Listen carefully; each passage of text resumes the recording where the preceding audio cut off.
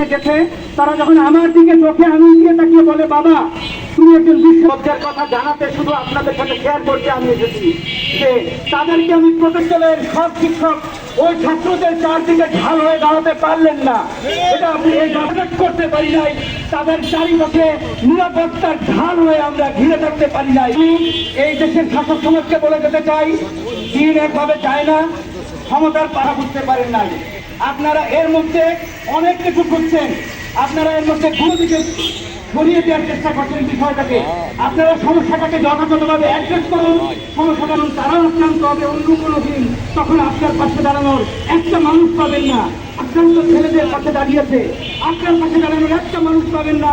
তাতে সবাইকে এই আন্দোলনে শরীর হওয়ার জন্য প্রত্যেকটা বাবা মাকে বলবো, ছাত্ররা আজকেও মাঠে নামবে, প্রত্যেকটা পেশাজীবী মানুষকে বলবো আপনারা বর্ম হয়ে দাঁড়িয়ে যান, এগিয়ে যাবে সরকার লাগবে না।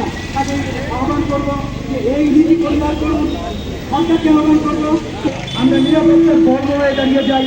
আমরা তাদের পাশে এখন থেকে তাদের প্রতিটি ন্যায় সংগ্রামী আমাদের মাঝে উপস্থিত হয়ে আমাদের সাথে সংগতি জ্ঞাপন করেছেন। আজকের এই মানব বন্ধনে বক্তব্য রাখেন বিশিষ্ট লেখক, কবি, সাহিত্যিক,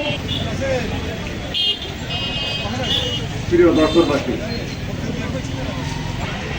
শাসকের উৎখাতের দাবিতে আজকে ব্যানারও তারা পরিবর্তন করে সেই ব্যানারের নাম দিয়েছে বৈষম্য বিরোধী ছাত্র আন্দোলন। ছাত্র আন্দোলন এই ব্যানারের এই শব্দের বীজ রয়েছে অস্থায়ী যে বিপ্লবী সরকার গঠন হয়েছিল, সেই সরকার বাংলাদেশ এটা চাপিয়ে দেওয়া। এই নীতির প্রেক্ষিতে কিন্তু ৭১ আমরা যুদ্ধ করিনি এবং ৩০ লক্ষ মানুষ মারা যায়নি। আমরা যে নীতির পরে দাঁড়িয়ে যুদ্ধ করেছিলাম সে নীতি ছিল সাম্য, মানবিক মর্যাদা এবং সামাজিক ন্যায় বিচার।